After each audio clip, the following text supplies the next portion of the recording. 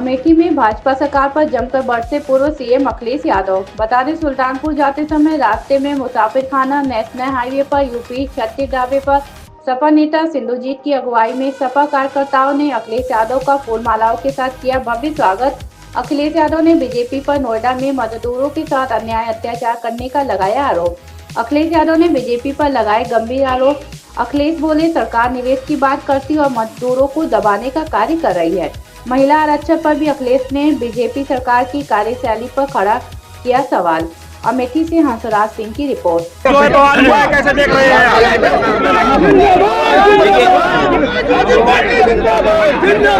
भैया, ग्रेटर नोएडा में बड़ी बवाल हुआ है, हिंसा हो रही है।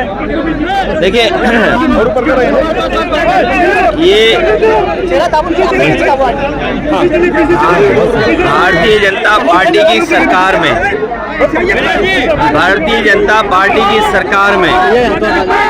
अन्याय की चरम सीमा और अन्याय का हो रहा है।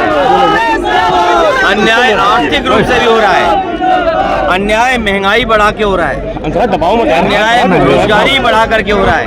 आज जो नोएडा में आज देखने को मिला है, जहां तमाम गाड़ियां जला दी गई हैं और पुलिस को भी भागना पड़ गया वहां से।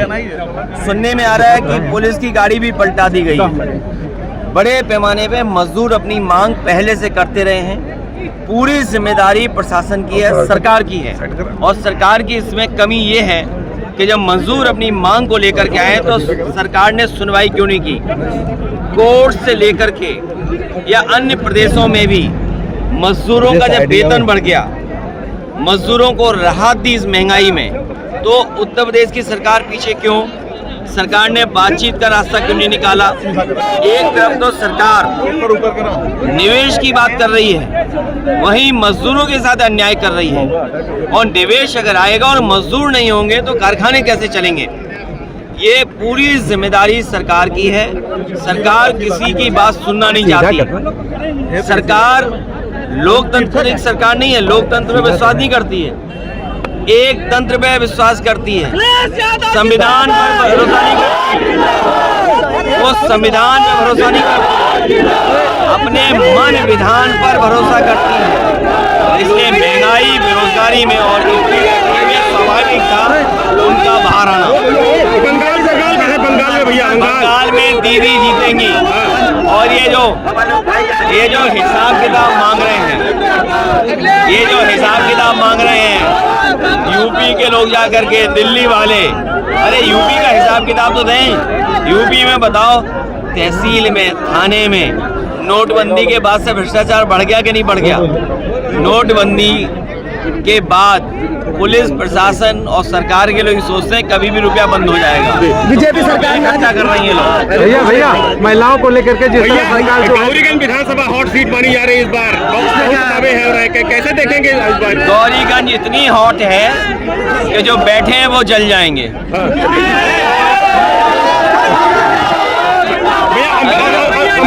आपकी बात माने हॉट है तो हॉट वाले तो जल जाएंगे।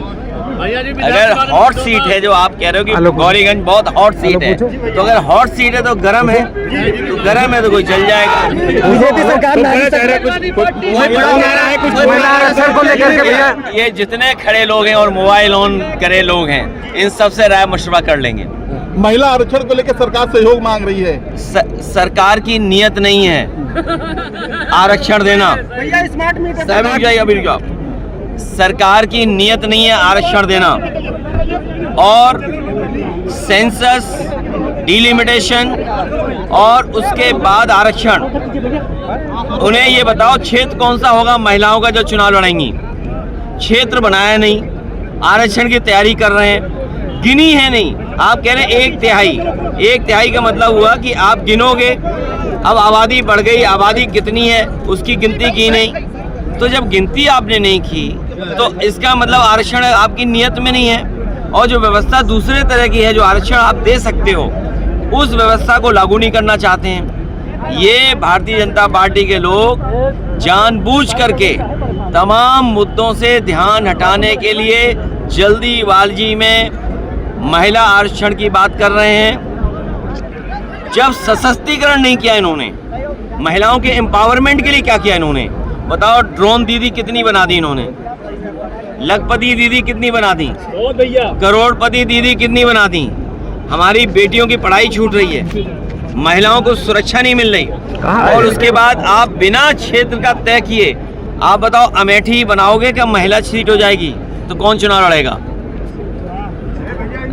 सुल्तानपुर कौन सी सीट आपने तय की है महिलाओं की?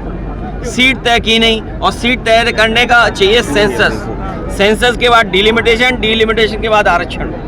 ये संविधान को नहीं मानते, बाबा साहब का दिया हुआ संविधान बदलना चाहते हैं और अपनी मनमर्जी से चलाना चाहते हैं। ये संविधान से नहीं चलना चाहते हैं, अपने मन विधान से चलना चाहते हैं। लोकतंत्र पे भरोसा नहीं, एक तंत्र पे भरोसा है। अम्बेडकर की मूर्ति पर छत लगाने के लिए और बाउंड्री वॉल करने के लिए प्रदेश सरकार ने क्या है? जब पूरे अधिकार छीन लिए, हमारे पत्रकार साथी भी अगर सच बोल दें तो इन पे मुकदमे दर्ज आते हैं। तो जब सब अधिकार छीन लिए हैं तो बाबा साहब भीमराव अम्बेडकर जी के छत पर छतरी लगाने से सम्मान नहीं, उनका हक अधिकार देने से सम्मान समाज का बढ़ेगा, देश का बढ़ेगा। ठीक, चलिए धन्यवाद।